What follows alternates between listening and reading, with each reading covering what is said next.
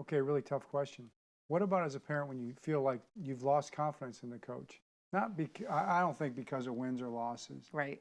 but because it just doesn't seem right. Maybe it's just not in the best interest of your kid for one reason or another.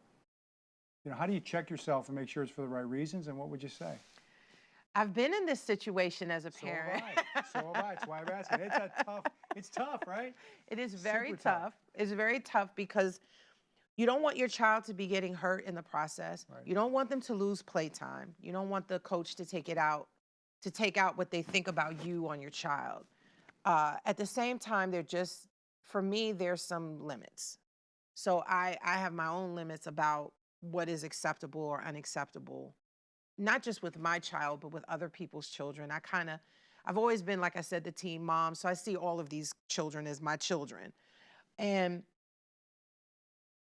the strategy that I have used is initially it might be a conversation with the coach, a direct conversation with the coach, but not one that is adversarial, right? We're going to start with just a general conversation. How, are you noticing this? This is what I'm noticing. Is there a way for us to improve this?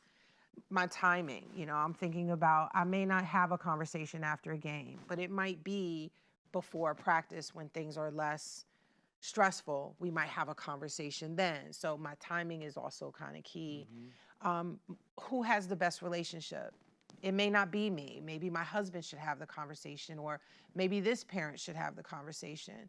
So again, it doesn't have to be me as long as someone's having the conversation.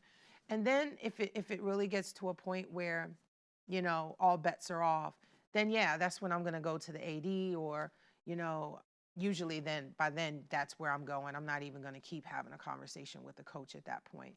But I think for me, it always starts with a friendly conversation. But some strategy, because you don't want your children or other people's children to be hurt in the process. I know sometimes parents will come together to meet to express concerns with a coach. That's another option. So not one child gets, sort of the ugly eye, but it's spread around equally to everyone. Right, yeah.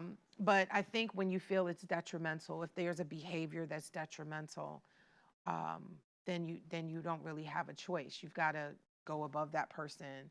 If there is not someone above that person, then yes, then we have to have a come to Jesus moment with the coach. And so you're always looking for the best situation, not that you're bouncing around, because you got to check your own motives first, right? Yep.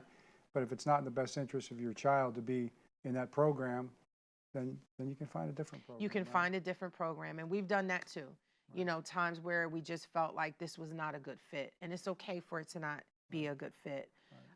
You have to find the ideal space and situation for where your child will flourish, because that's what you ultimately want. You want them to flourish as a person. You want them to flourish in their sport. So you want to place them in a situation that you can feel comfortable and good with. So for me, I will tell you, I've always interviewed the clubs. I wanted to know, who are these people? What are they about? I watched and observed them coach before I said yes for my children being able to go to a team. So do your homework. I think sometimes we get so caught up in the name of a club or a name of a team that we don't do that. Prestige, status, we get caught up in that sometimes. Yes. My kid's playing for X club. Ooh. Right. And here's the thing. They might be on that club. They may not play. Right. They might play on that club, but their heart hurts every time they get out there. Yeah, they may not, the club has a way of doing things that might not fit your child's personality, right? That's right. And in that situation, you're missing the blessing of the other space. Right. Where you'll have a young person who can flourish. And when they can flourish there, who knows where they're going to go. So don't get caught up in the name or the prestige of the program. Think about, where's your kid going to optimally flourish? Because if they can do that, they'll be seen regardless. Right.